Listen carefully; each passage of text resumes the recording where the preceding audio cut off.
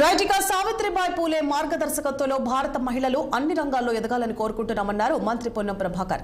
సిద్దిపేట జిల్లా అక్కన్నపేటలో భారతదేశ తొలి మహిళా ఉపాధ్యాయురాలు సావిత్రిబాయి పూలే 194వ జయంతి ఘనంగా నిర్వహించారు.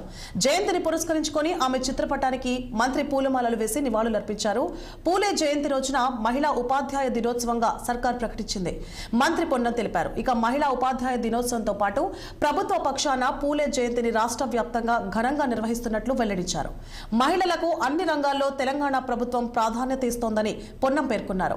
మహిళలను కోటీశ్వర్లు చేయడమే లక్ష్యంగా ముందుకు సాగుతున్నామని తెలిపారు పొన్నం ప్రభాకర్. మహిళలు కూడా చదువుకోవాలని నినదించి ఈరోజు సమాజంలో మేము సగం అనేటువంటి పరిస్థితికి ఎదగడానికి కారకులైనటువంటి సావిత్రిబాయి పూలే జయంతి సందర్భంగా వారి ఘనంగా నివాళులర్పిస్తూ ఉన్నాం.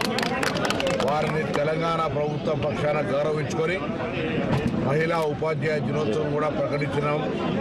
వారి పట్ల అపారమైన గౌరవం ఉంది.